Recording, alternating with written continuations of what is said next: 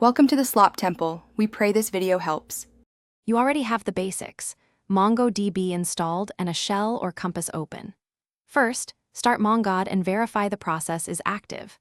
Next, connect with the Mongo shell or compass as an admin user so you can create a database and users. Once connected, choose a clear database name that reflects its purpose. You do this now because naming and access controls determine your security and maintenance steps later.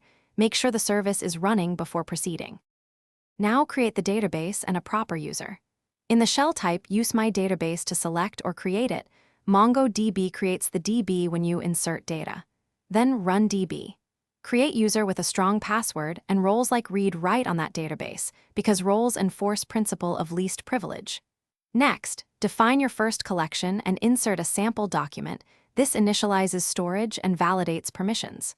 Once done, check user login by reconnecting with the new credentials to ensure access works. Finish by enabling authentication and configuring backups. Edit Mongodb. Conf to turn on authorization and restart Mongodb, then test logins again.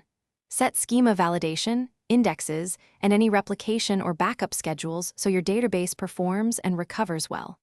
Finally, verify connectivity from your app or compass. If something goes wrong, check the MongoDB logs for errors, confirm the service listens on port 27017, and retest credentials. Resolving those 3 items fixes most startup issues. Thanks for watching. Consider subscribing if we helped you.